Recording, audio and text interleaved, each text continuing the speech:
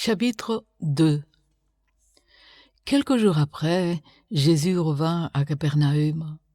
On apprit qu'il était à la maison, et il s'assembla un si grand nombre de personnes que l'espace devant la porte ne pouvait plus les contenir. Il leur annonçait la parole. Des gens vinrent à lui amenant un paralytique porté par 4 hommes. Comme ils ne pouvaient l'aborder à cause de la foule, ils découvrirent le toit de la maison où il était, et ils descendirent par cette ouverture le lit sur lequel le paralytique était couché. Jésus, voyant leur foi, dit au paralytique, « Mon enfant, tes péchés sont pardonnés. » Il y avait là quelques scribes qui étaient assis et qui se disaient au-dedans d'eux, « Comment cet homme parle-t-il ainsi? Il blasphème. Qui peut pardonner les péchés si ce n'est Dieu seul ?»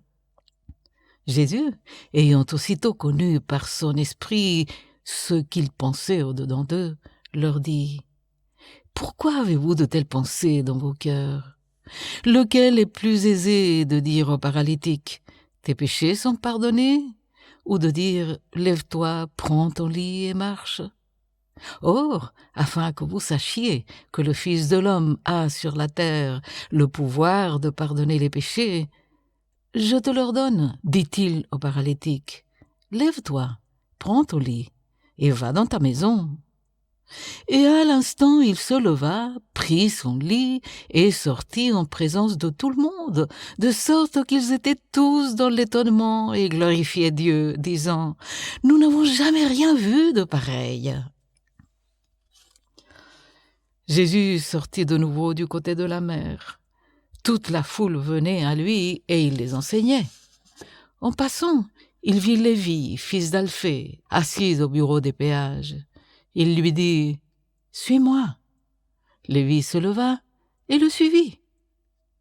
Quand Jésus était à table à la maison de Lévi, beaucoup de publicains et de gens de mauvaise vie se mirent aussi à table avec lui et avec ses disciples, car ils étaient nombreux et l'avaient suivi.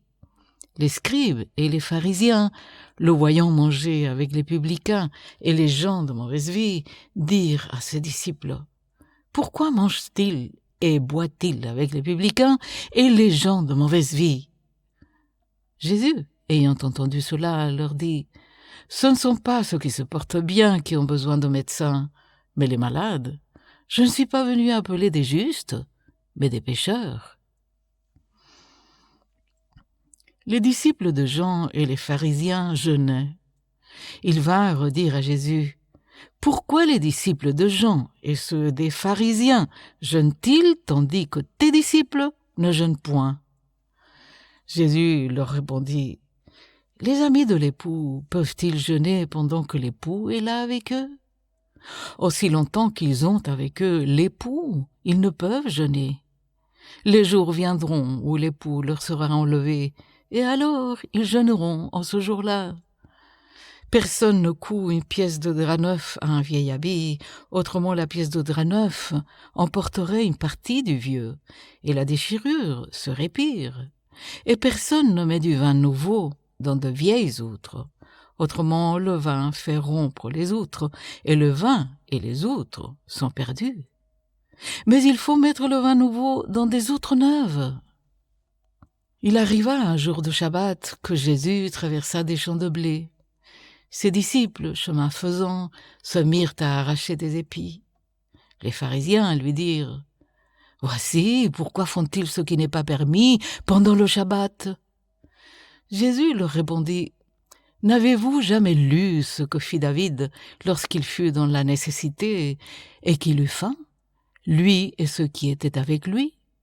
Comment il entra dans la maison de Dieu du temps du souverain sacrificateur Abiatar et mangea les pains de proposition qu'il n'est permis qu'aux sacrificateurs de manger, et en donna même à ceux qui étaient avec lui. Puis il leur dit, « Le Shabbat a été fait pour l'homme, et non l'homme pour le Shabbat, de sorte que le Fils de l'homme est maître même du Shabbat. »